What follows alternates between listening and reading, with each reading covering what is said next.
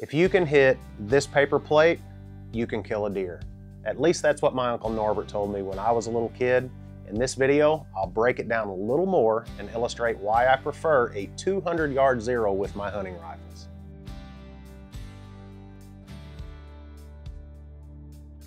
What's up, everybody? Welcome back to the channel. So can you kill a deer if you can hit this paper plate? Yes.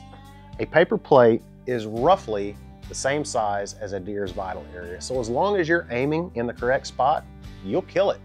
But just because you can hit a paper plate at a given distance on the practice range, should you take the same shot in a hunting situation? Probably not. Let's break it down a little bit further. Buck fever is a real thing. It's the pressure of shooting a live target, maybe the buck of a lifetime or your bucket list hunt. That pressure affects your accuracy, so you need a margin of error. This is a standard 9-inch paper plate. When they're pressed in the manufacturing process, it leaves a 5-inch circle here in the center and a 2-inch rippled area surrounding it. I think this paper plate is a perfect example of accuracy and margin of error. So expanding on what my Uncle Norbert told me as a kid, that if you can hit this paper plate, you can kill a deer. If you can consistently hit this 5-inch center circle at the range, you can kill a deer while allowing for some margin of error with buck fever.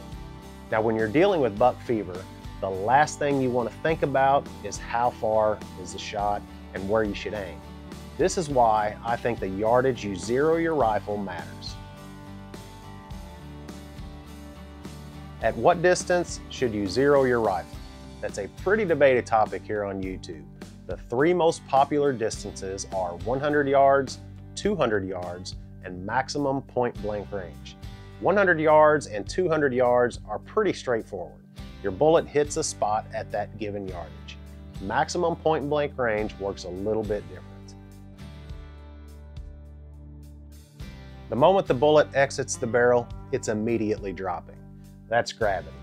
The scope sits above the barrel, so your barrel and scope have to be on a different plane, crossing planes, in order for the bullet to hit where you're aiming. The easiest way to look at it is your scope is level and the barrel is pointing up ever so slightly. The zero is where the bullet crosses the plane of the scope or the crosshairs. So normally, depending on the distance you zero your rifle, you'll have two zeros. The first where the bullet crosses a scope on the upward path, and the second where the bullet crosses the scope on the downward path. The second zero, or the downward bullet path, is the distance we commonly refer to as the rifle zero. Between the two zeros, the bullet is above the plane of the scope. The distance the bullet is above the plane of the scope varies on the weight and speed of the bullet.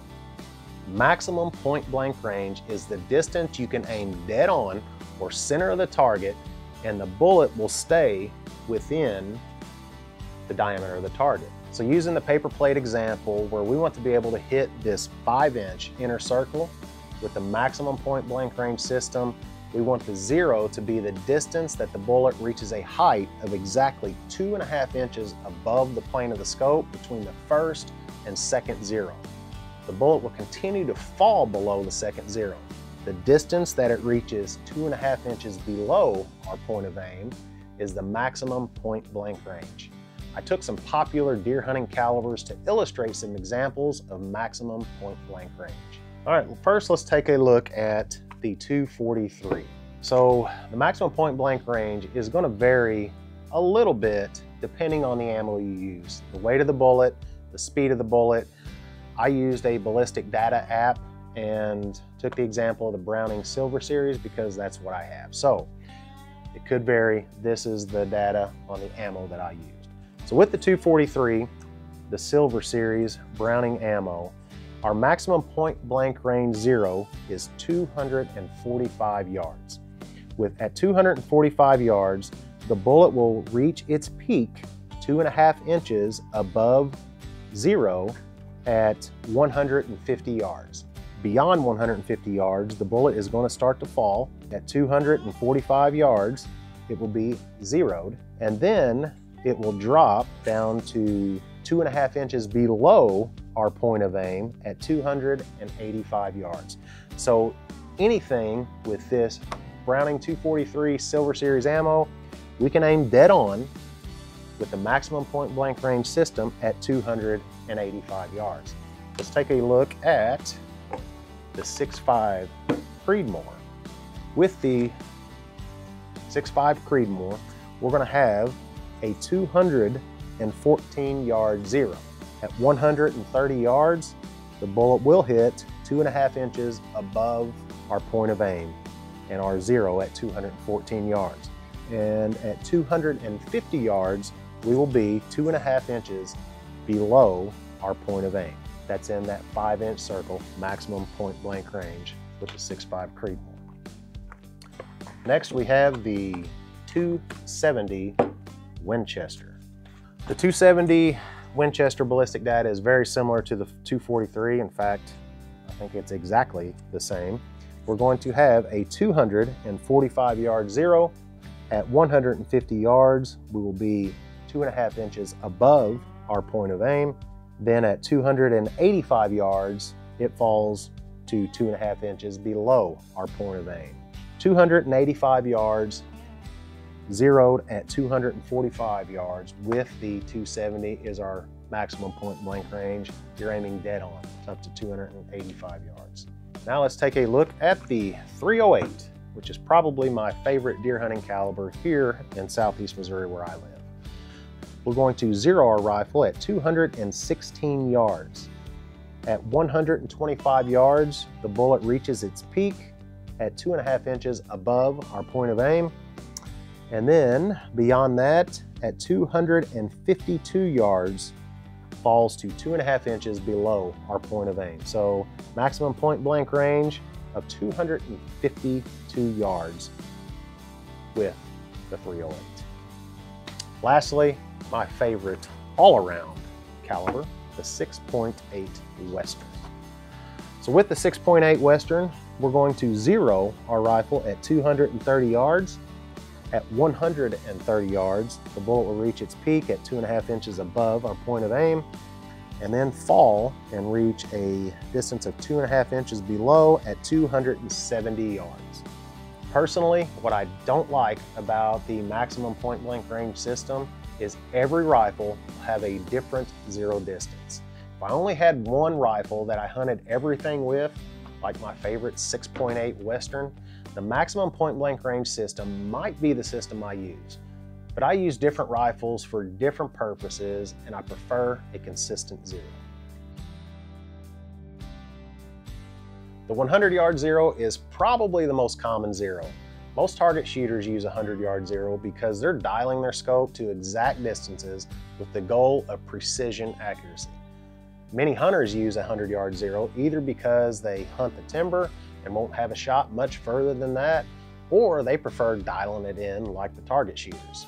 That works perfectly fine when you have plenty of time to range your target and dial it in. For hunting, I don't like the 100 yard zero at all.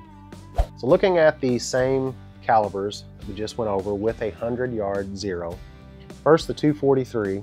The 243 is so fast that if you zero at 100 yards, that's the peak of the bullet. Beyond that, at 198 yards, roughly 200 yards, it's going to fall 2.5 inches below our point of aim.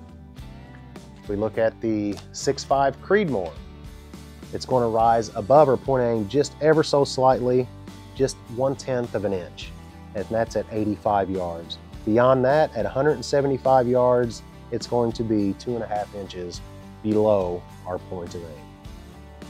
With the 270, it's just like the 243. Once again, it shoots so fast that our peak is going to be the 100 yard zero. At 2.5 inches below our target, it'll reach that at 198 yards, right at 200 yards. Looking at the 308, it's going to peak at 85 yards at 1/10 of an inch above our 100 yard zero. Then it's going to fall to 2.5 inches below our point of aim at 178 yards. And then the 6.8 Western, same common theme here. It's going to peak out at 100 yards and then fall below our point of aim 2.5 inches at 187 yards. In my opinion, for a hunting specific rifle, unless it's a caliber that's not really designed to shoot beyond a couple hundred yards, like a 30-30 or a 350 Legend, I know they'll do it, but it's really not what they're designed for. The 100-yard Zero limits your point of aim range by not utilizing the top half of the kill zone. I think the 200-yard Zero is a better alternative for hunting. The 200-yard Zero is probably used a little less than the 100-yard Zero, but it's my preferred zero range for most rifles. Looking at the same calibers one more time, with the 243 with a 200-yard Zero, at 125 yards, the bullet will reach its peak at 1.4 inches above our point of aim. It reaches the bottom of our 5-inch circle, 2.5 inches below our point of aim at 250 yards. Looking at the 6.5 Creedmoor with a 200-yard Zero, it's going to reach its peak at 115 yards at 2.1 inches above our point of aim and down below our point of aim 2.5 inches at 240 yards. The 270 Winchester with a 200-yard Zero will reach its peak at 125 yards at 1.4 inches above our point of aim and will reach the bottom of our kill zone 2.5 inches below our point of aim at 250 yards. We go to the 308 once again with a 200-yard Zero. At 120 yards, we are 2 inches above our point of aim for the peak, and at 240 yards, we fall to the bottom 2.5 inches below our point of aim. And then the 6.8 Western one more time with a 200-yard Zero. At 120 yards, we're 1.7 inches above our point of aim, and we fall below our point of aim 2.5 inches at 245 yards. For most rifles, the 200-yard Zero, in my humble opinion, is the sweet spot. It gives me a consistent Zero for all my rifles and offers a point-blank range that will cover most of the shots I'll take. Most of my encounters were quick, and I didn't have time to think about distance. When I'm on stand, I range trees or bushes all around me and know that if a deer is between me and that mark, I'm holding dead on and squeezing the trigger.